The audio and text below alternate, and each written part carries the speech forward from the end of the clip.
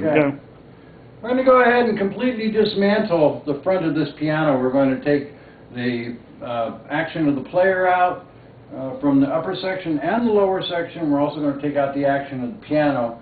This work is being done in order to change strings in the piano, change some treble string, broken treble strings in the piano. And this is how it's done. First, you just open up the top of the piano. And then inside here, right down here, you've got these little clips. Okay? Got those little clips there, and you just move that one, and then there's one here on the other side, which you can see, and then that just moves out of the way. This pulls forward. This pulls forward, and then just lifts out. And I'm just going to move this out of the way. And you can see down here, this is the hole. This is the hole into which that piece that I just took out, that's where it fits. So when you go to put it back in, it goes down and it seats down those holes and then pulls forward. Next, we're going to go ahead and remove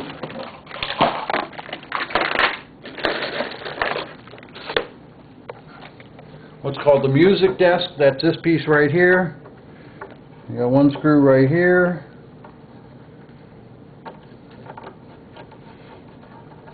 And we have another screw on the opposite side.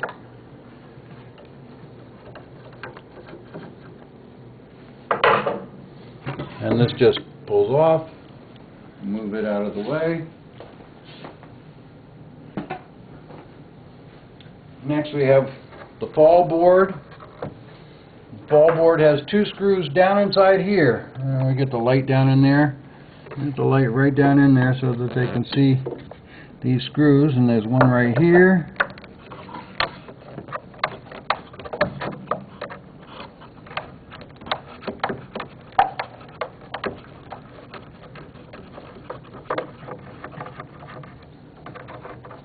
And another one over on exactly the same place on the other side.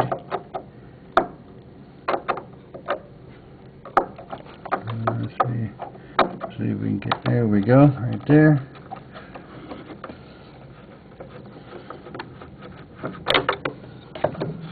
Again, this piece again just lifts right out of the piano. And we'll put it off to the side.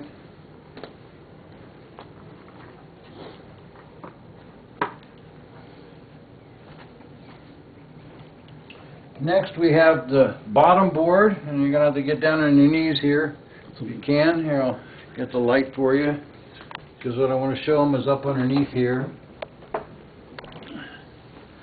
What I want to show you up underneath here is this spring clip right here. This spring clip is what holds the board in place, that spring clip, and you just press that up and pull this forward, and the board comes right out. Now we have this other thing in the way here, which is a little bit of a problem, but what we're going to do here looks like what we can do in this case. You've got a little problem like that. We'll open this up, and then we'll put this back a little bit. Maybe, or maybe not, we can lift this up, but that's not the case. So what we're going to have to do in this case is actually go ahead and undo the screws. They're holding this piece in place.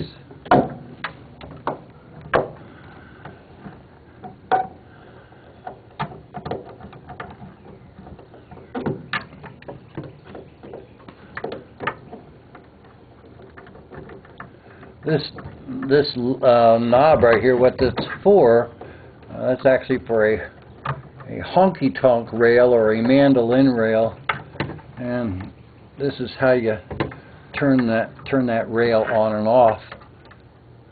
It's just nothing more than a choke, like a choke handle on an old-time car. And you pull it out to turn the honky-tonk on, and you push it back in to turn it off. This one is not one that was originally in the piano. This is one that was installed aftermarket. I don't know for sure whether or not this piano had a honky tonk in it originally. Okay. And we need to get this off to the side here. We have to find out how we're going to get this by here. There we go. Okay, so we got that by. And we'll just leave that disconnected, and then it just comes right out. And this piece has pins here, here, here, and here that line up with holes on the bottom of the board here, and that's how they are. That's how it's guided in when it's time to put it back together. Next, we get to you just put these screws just so that they don't get lost along the way during the day. Just put these screws back in their hole. Okay, next we have the first part of the player mechanism, and we're going to go right up here to the top. Now we're going to start with this screw right here. What this does is this is the screw that holds in the top bracket for the player mechanism. And we'll just put it off on the top there. And then next, thank you. And then next we have these 4 screws. These are very, very common. This is a standard single valve action. With the standard single valve action, you've got these 4 large screws that are over on the corner here, and this is what holds the action in. And actually, right down there, this piece right down here, this is the piece through which the vacuum comes into this section, into the upper section, or the wind chest as it's called. That's how the vacuum gets in to the player. These screws are all the same. And if they don't have this little escutcheon on them, that little escutcheon right there, if they don't have that little escutcheon on them, I would try to find them, because if you don't have those and you tighten up these screws, because these screws are in there pretty tight once they're put together, once everything's put back together, because there's a gasket on the back side here, and of course you want that gasket to be tight, and if you don't have the escutcheon, what can happen is you end up splitting this wood and then you've got a leak.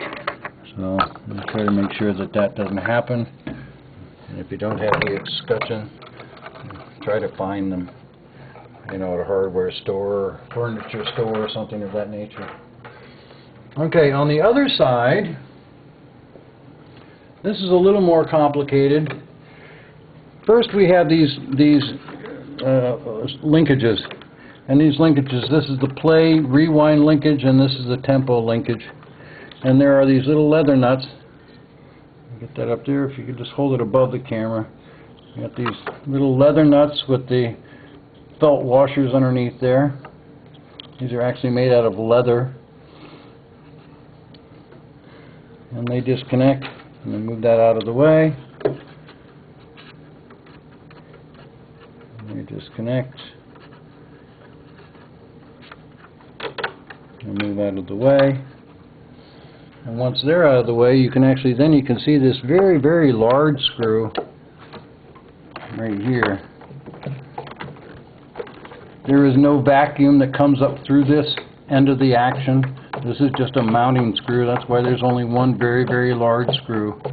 And as you're going to see here relatively quickly, this is a large screw.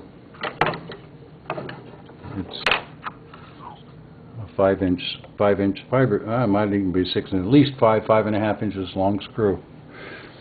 Okay, next we have the connection for the air motor, and you want to just gently pull that off.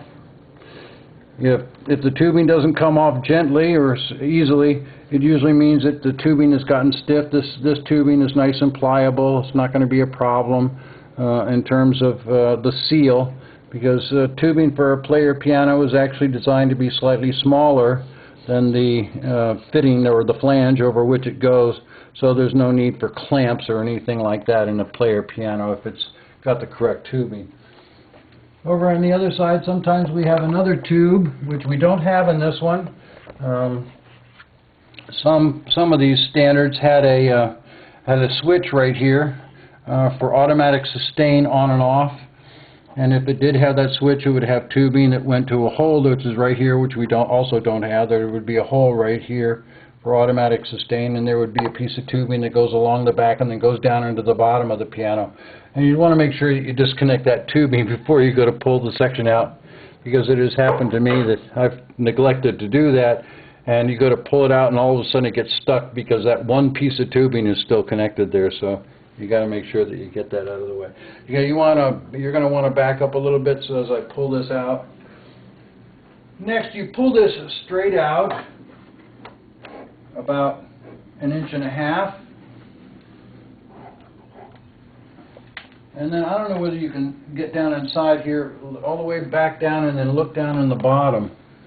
Okay, because what I want them to see is I want them to see all those little fingers that are down in there. Those little fingers, they actually go up and they go underneath the action of the piano. And these are what actually push on the action of the piano to cause the notes to play. But before you pull this out, you have to make sure that these fingers are clear of the action. That's why I pulled the whole section forward about 1.5 inches. Once you pull that section forward about 1.5 inches, then back on the back you can grab it underneath here. There's a ledge right here. You can grab your fingers there, and then you can also put on this side, you can put them underneath the tracker bar, put your hand underneath the tracker bar, and then you can just lift the whole thing right out of the piano. Now you can see, I'll just show you real quick here. I'll show you all of the lead tubing. This is all lead tubing, and I stand corrected. This is a double valve action. You can see down inside, I said it was a single valve action before. It's actually a double valve action. Down in here you can see all these little round pieces. Those little round pieces, those are called the primary valves. Primary valves are in this section right here, and then the secondary valves are in that other section over on the front over here. They're all located inside here. That's where the secondary valves are. These two sections actually come apart via this row of screws right here.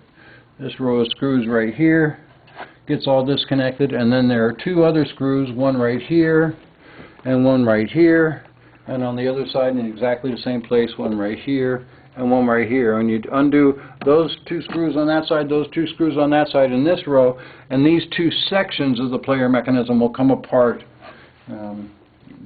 And that way it might sometimes be a little bit easier to handle them or to do whatever needs to be done. But we'll get this out of the way. I normally recommend that this be laid down. It will stand up on its own, but you know, ounce of prevention, pound of cure. You know, I mean, if it's laying down, it's not going to fall over. So I think it's wise to keep it from possibly falling over. Just a little safer that way.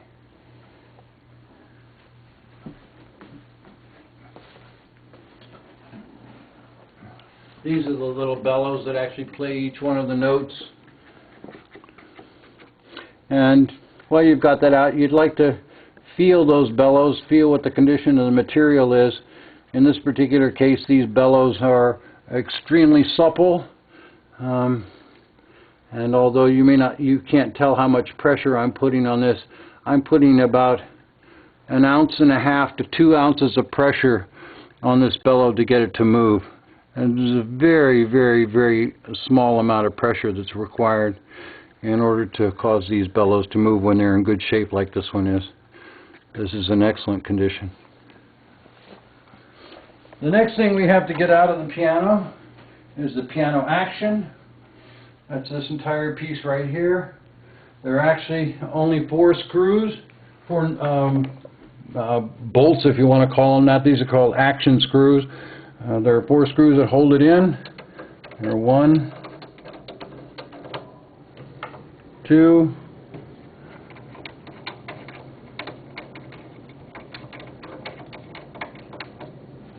3,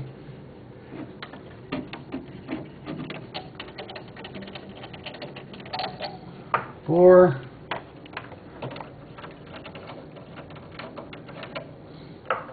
and then there's this piece right here, which is the soft pedal. This is operated by this pedal down here. And if you want to just get back so that they can see what's going on here, you press on this pedal and it causes the hammers to move closer to the strings. This is known as the soft pedal, and this is called the hammer rail. This piece right here is called the hammer rail. So we have to disconnect the soft pedal linkage from the hammer rail. And this piece just gets pulled out of the piano. I'll connect this back on here so it doesn't get lost.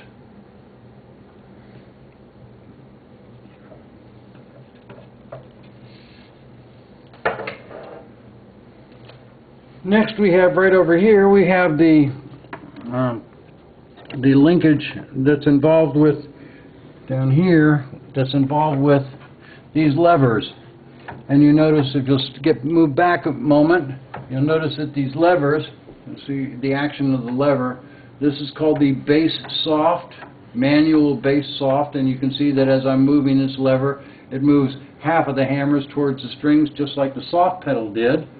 And on this side we have the bass, or the treble soft, and what it does is it moves the hammers closer to the strings. What this is for adjusting the volume of the music as the music is playing. By moving the hammers closer to the strings, you reduce the blow distance, the amount of distance between the hammer and the string, and by reducing the blow distance, you reduce the volume of the strike, or the velocity of the strike.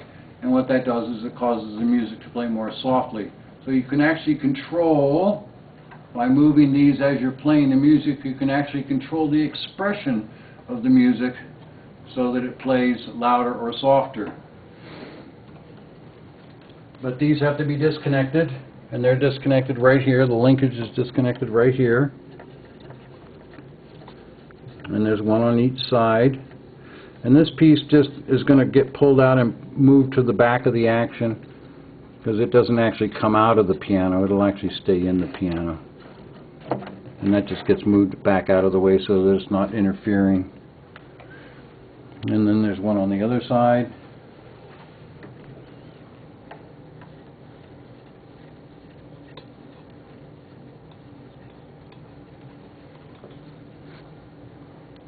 And we just move that back and out of the way. As long as it's behind it, that's all that's important. It's got to be behind it. There is one other connection to the action of the piano. This may be a little more difficult to get. You might want to come around on this side.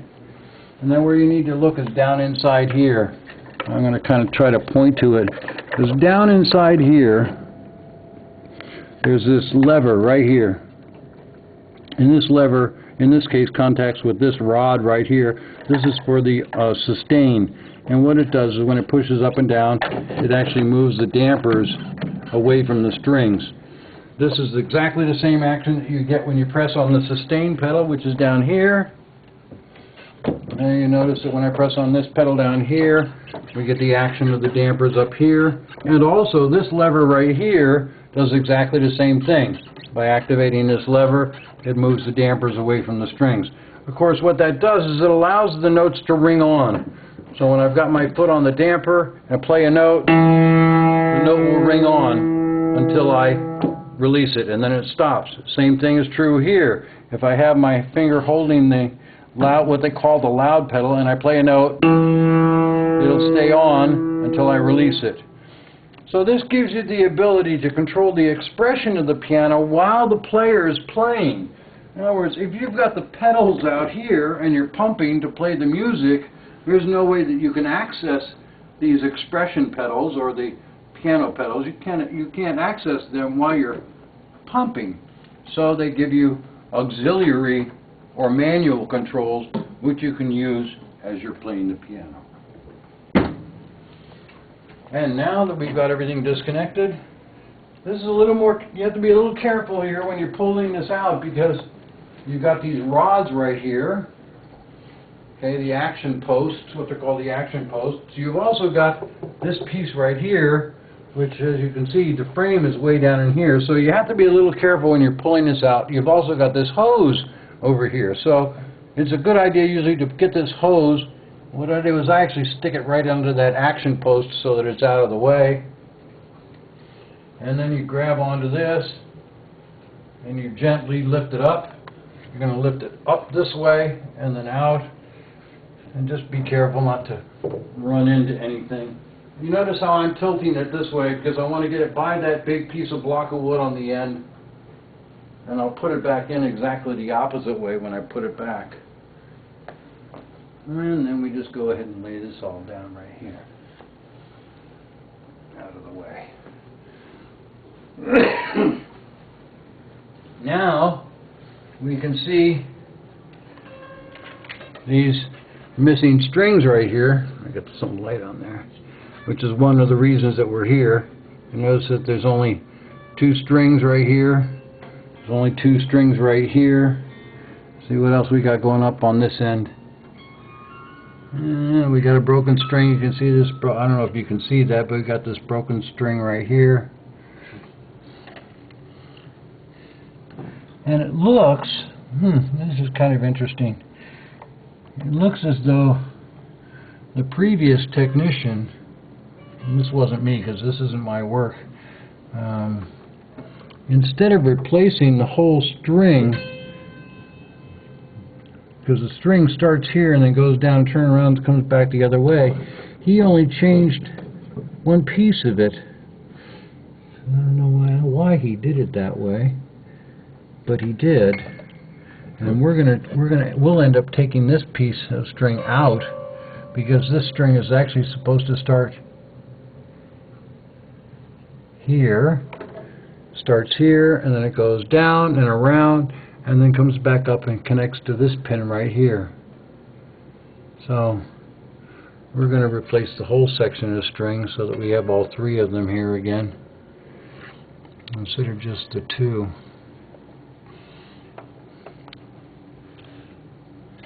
I did the same thing here too.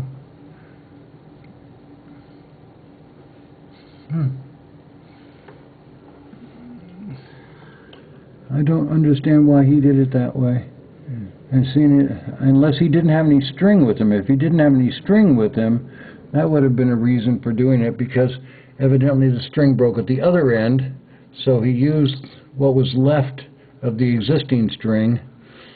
Instead of replacing the whole string, he just used what was left of the existing string and then made this connection point down here, this loop, so that he could go ahead and connect it back up, and having 2 of the 3 strings instead of 1 of the 3 strings. So I guess that was his logic. So that's why he did what he did. Okay, next we are going to remove the lower section of the piano. And this you're going to have to really get down, hunker down here. There are a lot of things that need to be disconnected here.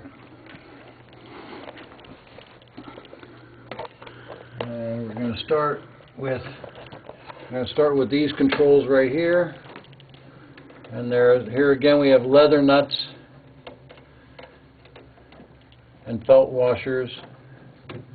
In this case it's on the back side of the linkage.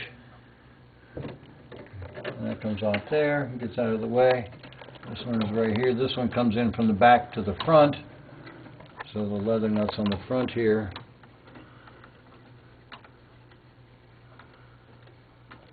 You'll find that these linkages are connected different ways on different pianos, but they're all basically the same. They just have a connection, and I try to disconnect it at a section that's closest to the piece. You'll also notice up here that this rod right here is in front. This rod right here is in front of this piece, and that this is going to be coming out this way. So you also have to disconnect this piece of linkage.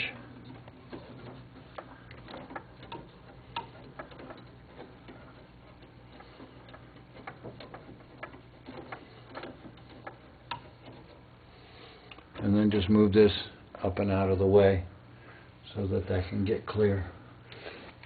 Up in here we have the other end of the hose that goes to the air motor, and that we just get that disconnected and out of the way.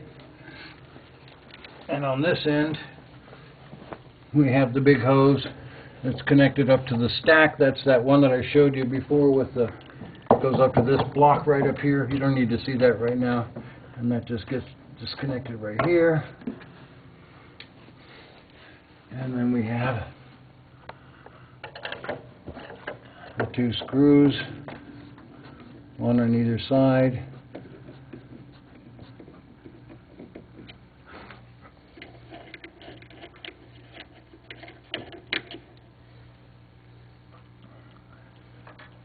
Hold the brackets in. Here again, there are a number of different ways that these brackets are mounted, even within the standard action. I mean, I've seen a number of different configurations with the standard. They aren't always exactly the same, but the premises of these are exactly the same. In other words, you find out where it connects to find out where the piece connects to the piano, undo everything, get everything out of the way, make sure that there's no linkages or pieces of tubing connected. Try not to disturb. A lot of people mistakenly will disconnect the linkage at a point like right here, because they see that little connection screw and they say, oh well, I can just go ahead and disconnect these two pieces right here instead of undoing the leather nut, because what happens a lot of times is that this leather nut right here is going to get old, and when it does, it gets brittle, and then when they go to take the leather nut off, it starts breaking, and they say, oh my goodness, where am I going to get another one of these? Of course, they're readily available from my website and from other websites where they sell stuff for player pianos. But instead of disconnecting them at the leather nut, which is the right place to disconnect it, they will unloosen these. These are calibration points. This is where you're actually, this one and this one right here are actually used to calibrate this linkage so that the pieces that are working inside of this box inside of here and inside of this box inside of here are correctly orientated. So if you disturb these, you got to put it back together, and things are not going to work correctly until it's recalibrated. So avoid the rush. Disconnect the linkage at the leather nuts. Once that's done, this whole section is ready to pull out. It just slides forward, comes free, and it's out of the piano.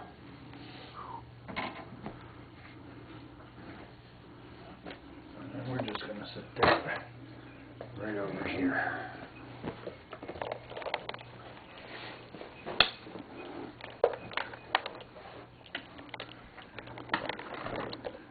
I'm not real comfortable with that sitting that way. I'm going to move it over to here so that I don't have to worry about it falling over. Okay. And now I'll take the camera back. The reason that we had to get down in here, we just saw those other strings, is because of this string right here. This string right here goes down behind the bass strings, down in here, and is actually connected way down in here someplace. We'll see where it's connected. Here it is right here.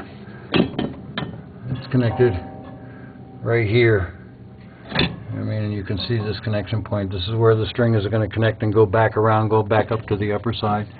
While we're here, we're going to go ahead and take a quick look at the bass bridge, and we're going to examine it for any cracking along the edge of the bass bridge, and we see that the bass bridge is in good shape. Take a quick look at the sounding board, make sure that there's no cracks in it, and we see that the sounding board's in good shape. We can also see this piece of that rod right in the back here, that brown rod right here in the back, this brown rod. That's the one that actually is used for the sustain. You can see this sustain linkage here that goes to the sustain pedal, and you can see how that all operates there. And then you can also see down in here we have the trap work. This is the trap work for the action of the piano.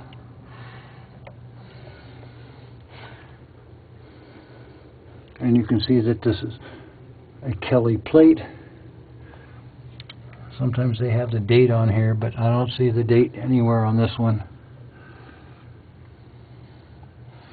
Oh, there we got something up here. There we go. 24/123. So this plate right here was manufactured on the 24th day of January in 1923. That's when they made this plate. And it probably also will cross-reference, that date will also cross-reference probably pretty accurately with the serial number for this particular Cunningham piano. Probably check the reference books and find out that it was probably manufactured in 1923 or 1924. And that's all there is to it.